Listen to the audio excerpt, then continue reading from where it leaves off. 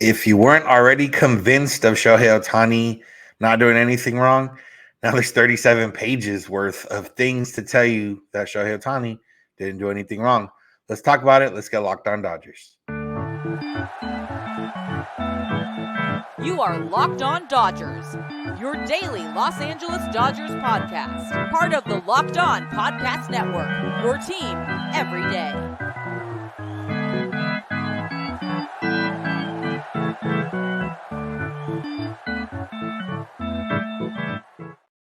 Yo, Dodger fans. Welcome to Locked On Dodgers. We are part of the Locked On Podcast Network, the #1 local sports daily podcast network. Locked On, your team every day. Today's episode is brought to you by FanDuel. Make every moment more. Right now, new customers get $150 in bonus bets guaranteed. $150, win or lose. Visit FanDuel.com/lockedon to get started. This is the daily podcast covering the Los Angeles Dodgers, bringing you the smart fans' perspective on our boys in blue. You can find us wherever you find podcasts and on YouTube simply by searching for Locked On Dodgers. And if you want to become an everydayer, all you have to do is listen or watch every day, which can be made easier by subscribing and be notified when our episodes are ready for you. If this is your first time listening or watching, welcome. My name is Vince Samperio, joined by my co-host Jeff Snyder. Jeff and I are both lifelong Dodger fans that have been covering the team for a while now. We've been doing this podcast for quite a while now, and in the span of our lives, we've watched a lot of Dodger games and talked about the Dodgers a lot, and we're bringing that to you every weekday morning, every Monday through Friday for about 30 minutes. And we're here to talk about that. The Dodgers did not have a game on Thursday.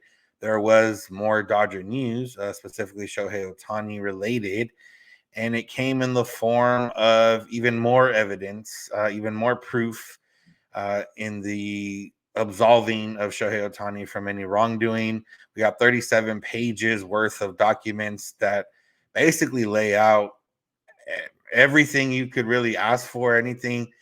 I think most questions have been answered at this point. And yeah, it was a lot to take in.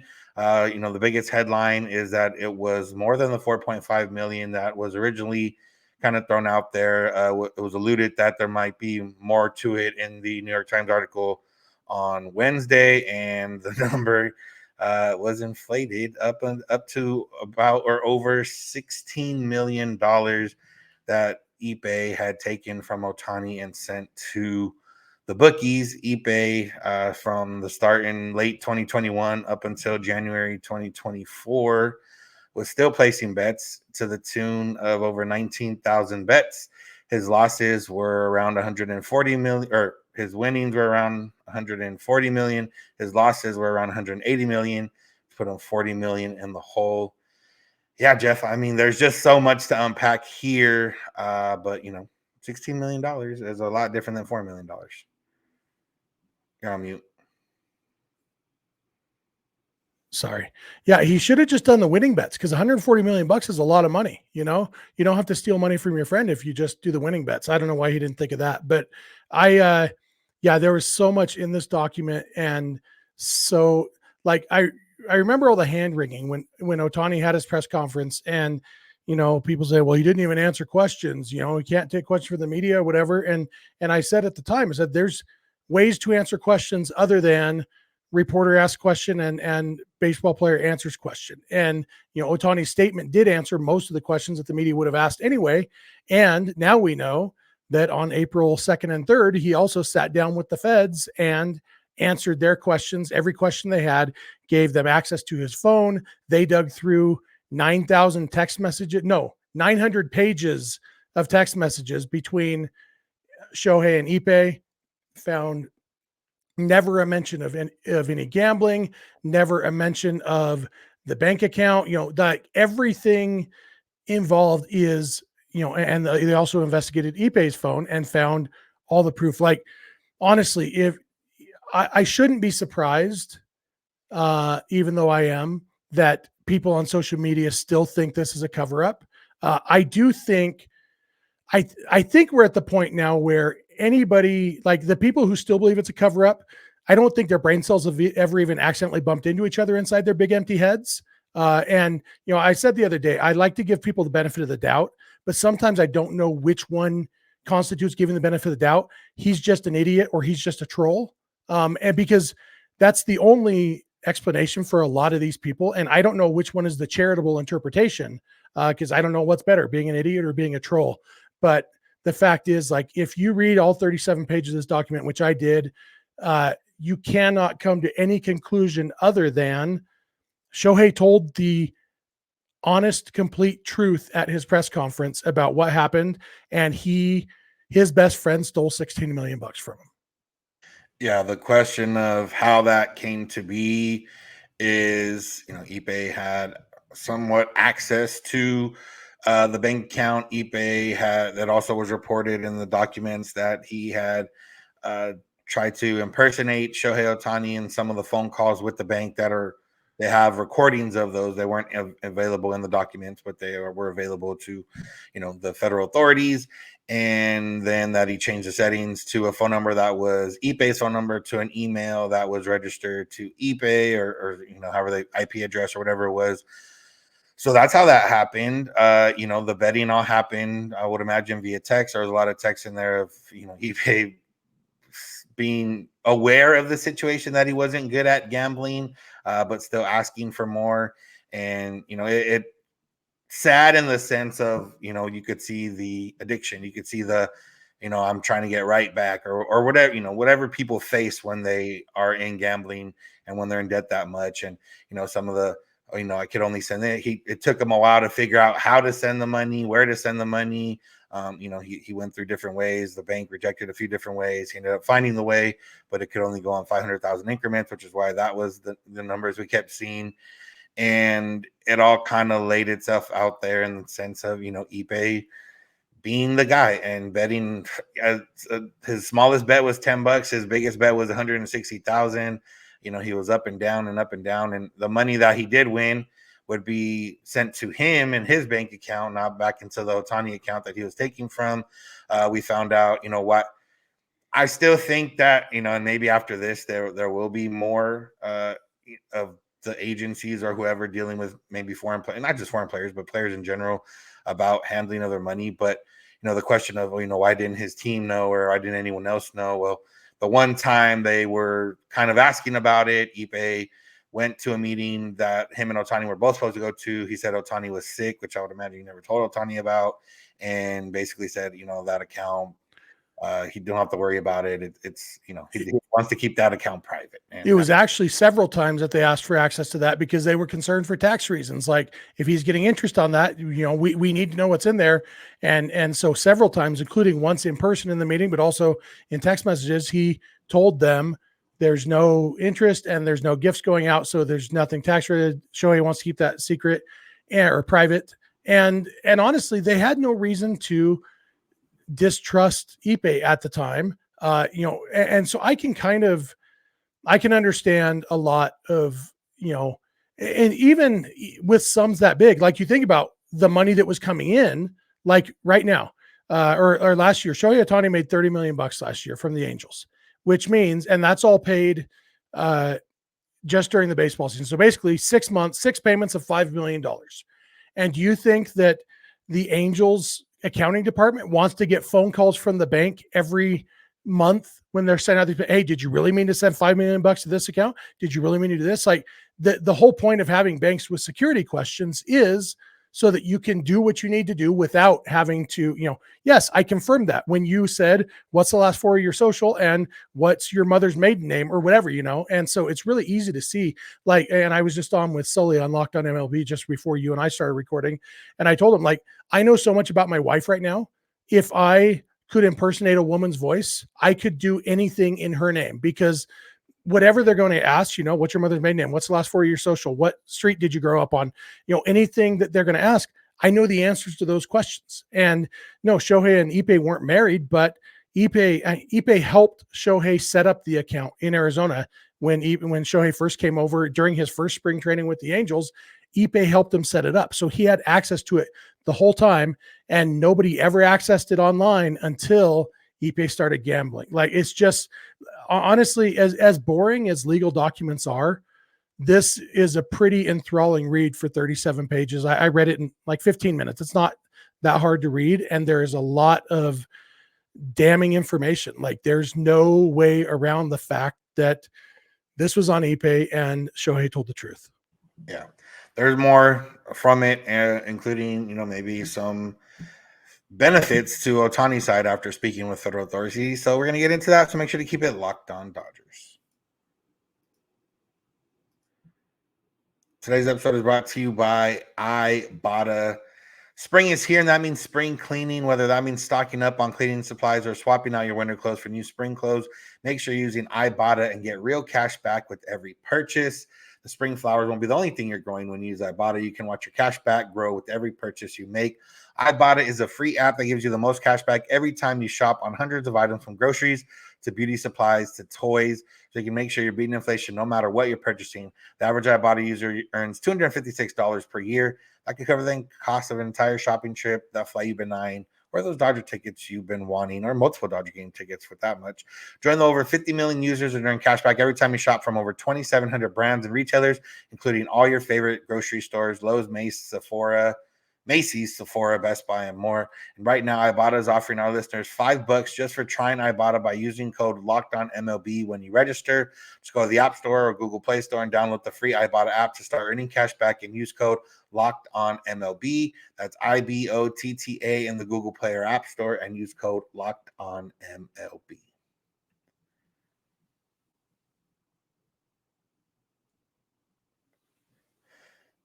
I want to thank you for making Locked On Dodgers your first listen of the day. Make sure to find us where we get podcasts and on YouTube, and subscribe so you can get notified when our episodes are ready. If you want to watch something or have something in the background of your day that involves sports, Locked On Sports Today is here for you. It's a free 24/7 sports streaming channel program for you every day to bring you the biggest stories without all the screaming you may hear on other channels. Locked On Sports Today brings you can't miss analysis, opinions, and news, streaming 24/7 on YouTube or the free Amazon Fire TV channels app. Part of the Locked On Podcast Network, your team every day. All right, Jeff. So, getting in deeper into this, there was, a lot of things that kind of stood out. We talked about the money. We talked about the amount of bets. We talked about, how Ippei accessed some of these funds. The one I had brought up too on Twitter was, at one point, the bookie, it felt like a bookie tactic, so we can't say for sure, but said that they hadn't heard from Ippei in a while. I guess he owed some money, or was owing at the time, and it said that victim A in the documents, which is Shohei Ohtani, that he had eyes on victim A and his dog walking in one of the beach cities. I forget which beach city. Newport Beach. Yeah, and that he was going to go up and ask him how to get in touch with Ippei because he hadn't heard from him. I don't know if Ippei called him after that or not, or because the next thing in the document says until 2 days later when Ippei replied. But if that was true, a little bit scary on the Shohei front. But again, we can't confirm that that's true. Yeah, although I assume that Shohei could take most bookies in a fight, but probably wouldn't want to. And Decoy doesn't look like a good guard dog, probably. One of the things that really stood out to me, one of the arguments a lot of people made on social media about, obviously Ohtani's lying, was there's no way a bookie would let a guy who makes $200,000 a year run up that kind of debt.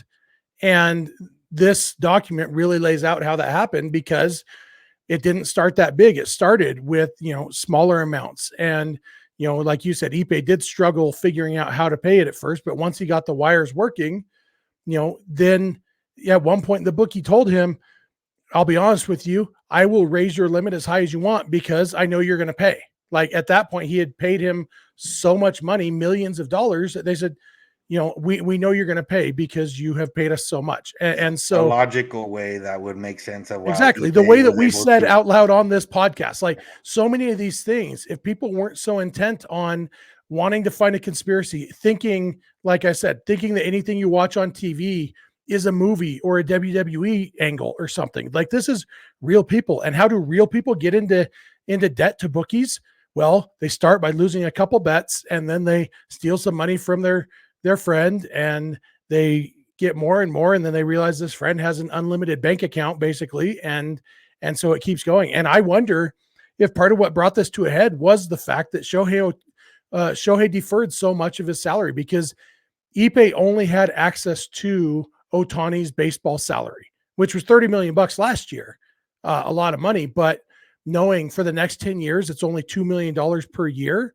Like that's going to be harder to steal from, harder to hide, all of that stuff. Like, I think Shohei obviously had no idea, but him deferring so much of the money, I think maybe accidentally brought this to a head a little bit because Ippei got more and more desperate at that point, I think.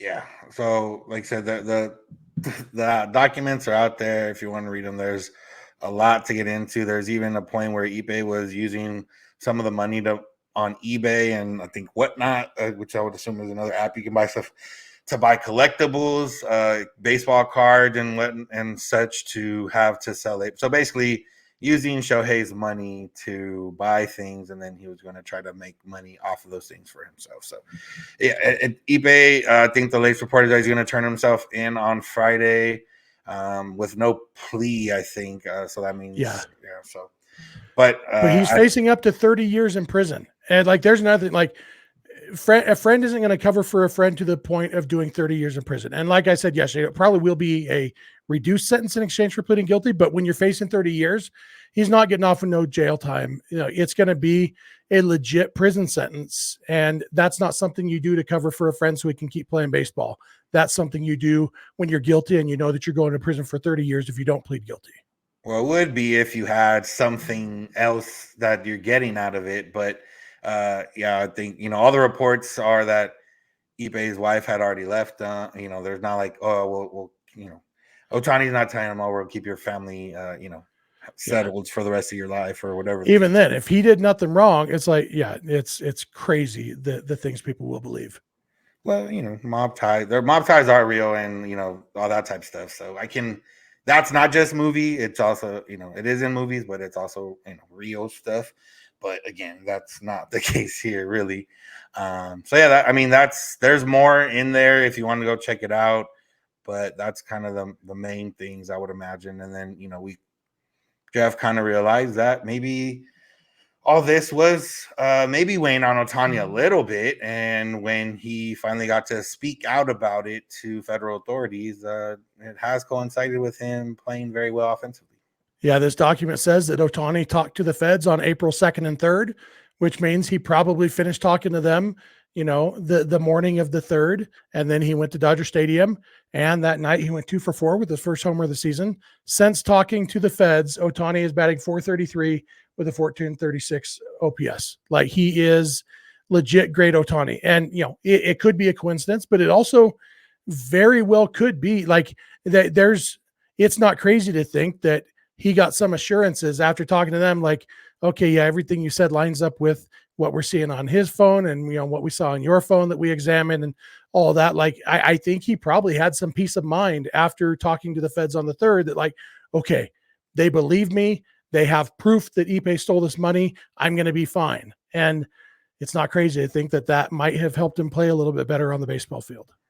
Yeah. On the MLB front, I believe that they said they're going to wait until the end of the criminal investigation, but realistically, there's nothing, unless something else comes out, realistically, there's nothing to worry about on the Otani side of things. But even the way they worded it, I mean, the fact that there is no criminal investigation into Otani, the government was very clear that Otani is a victim in this case. And so the investigation is only about Ippei. And so they're waiting to see how that's resolved. But really, this is going to come down to, I think basically what we can read between the lines from MLB's statement is there will be no league discipline towards Otani because he is a victim in this case. The only question is, will Ippei be banned for life or just suspended for a long time? And that's an academic question because he's going to be in prison anyway and no team would hire him anyway. Yeah. I guess the one thing is that through all this, it doesn't appear that he bet on baseball. So at the very least, he had one semblance of morality to not bet on baseball. Or he's just not as interested in baseball. And the crazy thing is he said on college soccer, so I got to imagine it wasn't interesting. Yeah, the funny thing is he said that part of the reason he was betting on soccer was because there's games all the time. And I think it's because it's played all around the world. So, hey, when they're not playing in the United States, they are playing in Saudi Arabia or in Japan or, like because everybody plays soccer all across the world. And so there's just more opportunities to bet. And it's like, imagine like, hey, here's an opportunity to bet. I don't care that I've never heard of either of the teams or any of the players on the teams. I'm going to place a wager. Like, how addicted do you have to be? I'm not addicted, and I've done that. So I think it's just nature of the beast, baby. Yeah, but not 25 times a day. Well, yeah, not that many times, but yeah, I mean, he was deep in it. If you read some of the texts that he was sending out, it was, sad on his end on a personal level. But again, at this point, no real sympathy from my side at the very least. But you get what you do. And at least now we spent 2 segments talking about gambling, and now in a second you get to say this episode is brought to you by FanDuel, so that'll be fun. Yeah, so make sure to keep it locked on Dodgers. Today's episode is brought to you by FanDuel. It's playoff time in the NBA and NHL. Baseball's in full swing, and FanDuel is your place to bet on every game. Right now, new customers get $150 in bonus bets, guaranteed. That's $150 win or lose. Bet on everything from slap shots to home runs to slam dunks, all on an app that is safe, secure, and easy to use. If you are an expert in the Dodgers, same game parlays for the Dodgers are great. You can bet on total bases, RBIs, home runs, final score, over under on the score, how many runs the Dodgers will score specifically. There's so many little things to get into, so go check it out. And there's no reason to wait, because right now, go to FanDuel.com/lockedon and make your first bet an automatic win. FanDuel, America's #1 sportsbook. Today's episode is also brought to you by LinkedIn. Are you struggling to close deals? B2B selling is tougher than ever, and that's why I want to tell you about LinkedIn Sales Navigator. LinkedIn Sales Navigator is a sales intelligence platform that helps professionals effectively prospect and engage high-value customers, drive higher revenue, and increase sales performance. Sales Navigator helps you target the right buyers, surface key signals such as job changes or which accounts you should prioritize, and shows you hidden allies so you can find those buyers that are most likely to convert. Fueled by LinkedIn's 1 billion member platform, Sales Navigator gives you the most up-to-date first-party data, enabling you to unlock conversations with the people that matter. And right now, you can try LinkedIn Sales Navigator and get a 60-day free trial at linkedin.com/lockedon. That is linkedin.com/lockedon for a free 60-day free trial. Let LinkedIn Sales Navigator help you sell like a superstar today. Let's go to linkedin.com/lockedon and get started. We want to thank you for being an everydayer if you are one. If you're not one, all you have to do is start listening or watching every day or close to every day, and you can become one of those valued everydayers. You can also become a valued Locked On Dodgers insider if you go to joinsubtext.com/LockedOnDodgers. Get texts directly from us or directly to us with any questions or thoughts you may have. We'll send you any news, thoughts, reactions that we may have, and different things of that nature. So you have a direct relationship with us through text message. Join subtext.com/LockedOnDodgers. And speaking of Locked On Dodgers insiders, Jeff, I believe we had a question from one of our insiders. We do. We thought we might do a full mailbag episode today, but then we had so much Ippei news that we didn't. But we do have one good question, and it was the main topic that we thought we wanted to talk about anyway. But this one comes from insider Mike Markham, or as we call him, Jackson Markham's dad. And he says, how much longer of a leash does Chris Taylor have before he comes down with back stiffness or a pulled hammy or something else to get him on the injured list? Yeah, I mean, we've talked about this before in a different year. I don't know if this podcast or not, but we've talked about Chris Taylor and how much leash to give him. And it's one of those where if the Dodgers keep winning, that leash is going to get longer than maybe any of us really want, because it hasn't really affected the bottom line of the Dodgers winning. 2, the leash is there. It could be longer because there's not necessarily anybody in the minors that can replicate what Taylor brings in terms of versatility, in terms of a right-handed bat. Andy Pages, Miguel Vargas are those guys. Vargas, I guess, could bring a little bit of versatility that Taylor brings, being able to play infield and outfield, but not shortstop, which is, one of the key spots, even though they do have multiple shortstops, but still, there's no reason to not have an extra shortstop on there. So I think his leash is going to be a little bit longer than maybe we all want. He might legitimately have an injury or something wrong with him, or, maybe he tells the Dodgers like, hey, I need to get my swing right. My thumb's bothering me or something like that. That's very much possible. But I think as long as they keep winning, and it seems like they are going to keep winning, he's going to get at least until the summer. Yeah, it's kind of funny. Back in the summer of 2022, Dave Roberts referred to Chris Taylor's strikeout rate as alarming and said that they were concerned about it. And at the time, Taylor's strikeout rate was 36.6%. He eventually got it down by the end of that season down to 35.2%. It's currently this year 43.8%. So we are 7.2% higher than when Dave Roberts called it alarming. And now that was also, I think, August. And so when you have 4 months of a season at 36.6, that probably is more alarming than 2 weeks at 43.8. But I think 43.8% is going to be alarming anytime. And so, yeah, there's something wrong with Chris Taylor's swing. And, whether it is physical or not, there might come a point where the only option is to figure this out back at Camelback Ranch in the hitting lab, where you can take 500 swings a day if you want to, and, without the pressure of hitting in a game. I don't know, but when you look at, despite, Taylor does have all the versatility, but the Dodgers also have a lot of redundancy at some of that versatility. It's not like there would be any individual position that if Taylor went on the IL today, we'd say, oh crap, who's going to play here? Because they have people for everywhere. It's just the flexibility. But like you said, they do have, they have Mookie Betts and Miguel Rojas and Kike Hernandez who can play shortstop. And I think 3 shortstops is plenty for most teams. You have James Outman and you have Kike Hernandez who can play center field, even if Taylor, and I mean, we saw when Kike and Taylor were both in the lineup, Kike was in center anyway, even though, I think Taylor's probably the better defensive outfielder, but, so there's no individual position that would be in trouble.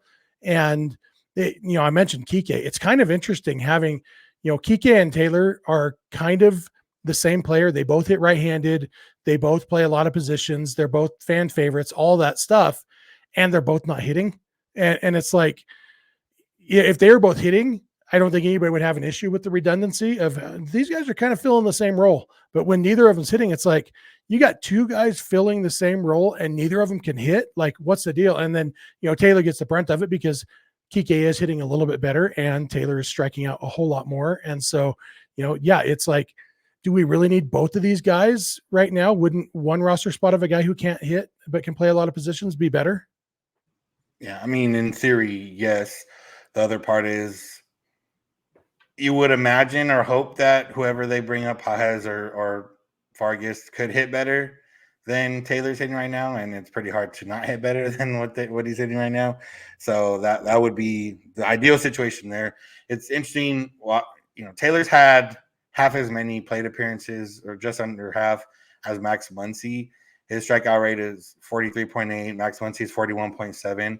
But obviously, compared to what he's done in the at-bats he hasn't struck out, the difference in WRC plus is 111 to -15. So, he's not doing anything. His walk rate is at 15.6%. So, he does get on base a little bit, but nothing that really shows that, he's back. But again, this is Chris Taylor, who we've seen look like this, like he's never hit a baseball before in his life, and then catch fire. So, like I said, unless the Dodgers offense begins to struggle at bottom of the order, Outman and Lux don't pick up the slack, and, Trammell and whoever else is playing, or Hayward when he comes back is not hitting, then they might want to get a spark up in the majors with, a younger guy, Pages or Vargas, and then we could see a move. But I think right now, as long as the Dodgers keep winning, Chris Taylor's going to get as much time as he needs to figure it out. Yeah, and the simple fact is you can't just manufacture an injury. If this was August or September, every player in baseball, by the time you've been playing for 4 or 5 months in a season, every player has something that could justify a trip to the injured list. Well, even if it's not debilitating, it's like, what? Yes, this is sore. I could use 2 weeks off. April 12th, I don't know that it would be realistic unless it is an actual injury. I don't think they could get away with that. And so, especially not against the player's will. And so, and there was talk this last offseason that Major League Baseball is going to be even more diligent in that phantom injury stuff. And so it needs to be a legitimate injury. Again, it doesn't have to be majorly serious. It doesn't even have to be something that he couldn't play through, but there does have to be something that a licensed medical professional would say, yes, this is keeping him from playing to his full capability. And we don't know if that physical ailment currently exists for Chris Taylor. It is interesting to note that Miguel Vargas in AAA so far this season has an OPS over 1,000. He's batting 320 or 300 with 3 homers, 15 RBIs. And Andy Pages started off slow, but his OPS is up to 915 now, batting 296, has 2 homers.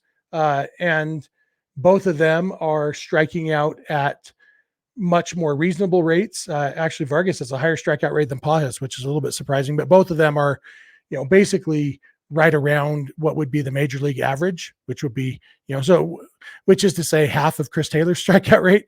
So, both of them are in a position where if they got called up, you could say, yep, he earned that call up. And the question is, when will there be a roster spot opening and how will that roster spot open up for them? Yeah. So we'll see, but thank you for the question. And Jeff, you got anything else before you head out for the weekend? No, it was an interesting week. We had it was crazy, and the baseball hopefully will go back to taking center stage. The Dodgers start a series with the Padres on Friday night. First U.S. series against the Padres. Should be a lot of fun. Hopefully Dodger Stadium will be packed. I'm sure it will be.